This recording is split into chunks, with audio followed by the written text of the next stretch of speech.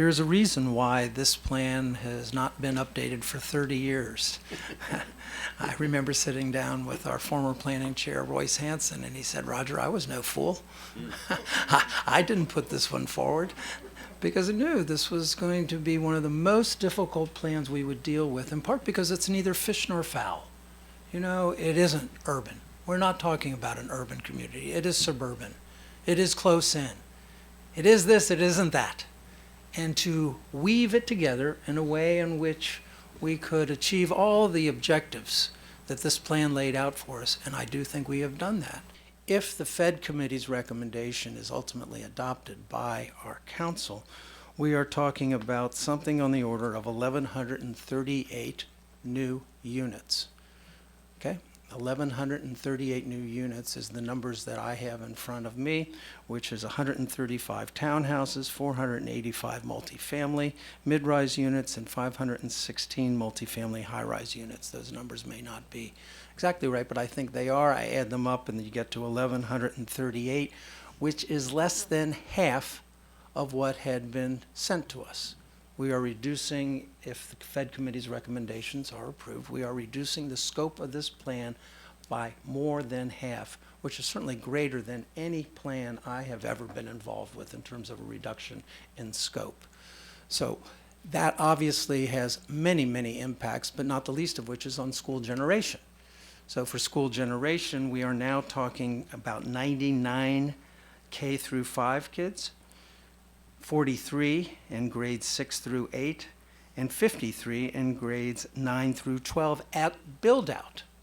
And of course, build-out is going to take a while even in this plan. What is anticipated to go forward is the Equity One Shopping Center site first. That is on the order of 135 townhouse units, okay?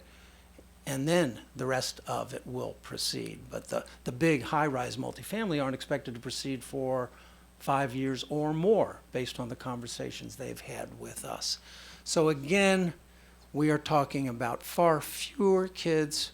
We are talking about additions that have been planned that our school system has said to us can accommodate this generation of kids. And we've used a very conservative generation rate. By conservative, I mean we have in effect overestimated how many kids will come out because of the concerns that have been expressed with respect to MCPS's generation rates. And gee, multifamilies are producing more kids. Shouldn't we assume that to be the case here? And I believe we are assuming that to be the case here and have adopted in this plan a very conservative number so that we do not underestimate how many kids are in fact going to be generated out of this sector plan.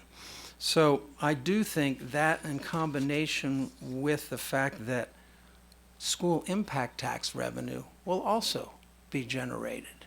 And the school system has said to us that it is something on the order of $10 million will be generated as a function of school impact taxes. Dr. Orland has said, in addition to that, you have approximately another $2.5 million of recordation taxes. $12.5 million that will be generated, which actually would, according to MCS, pay for the additions that are necessary to accommodate these kids. So not only do we have plans currently in the works that can accommodate these kids, not only have we reduced the number of kids by more than half, but we have tax revenue that appears to be adequate to address the situation. So I do think all of that, and I apologize for going on with respect to that, all that is important for our community to hear as we grapple with this.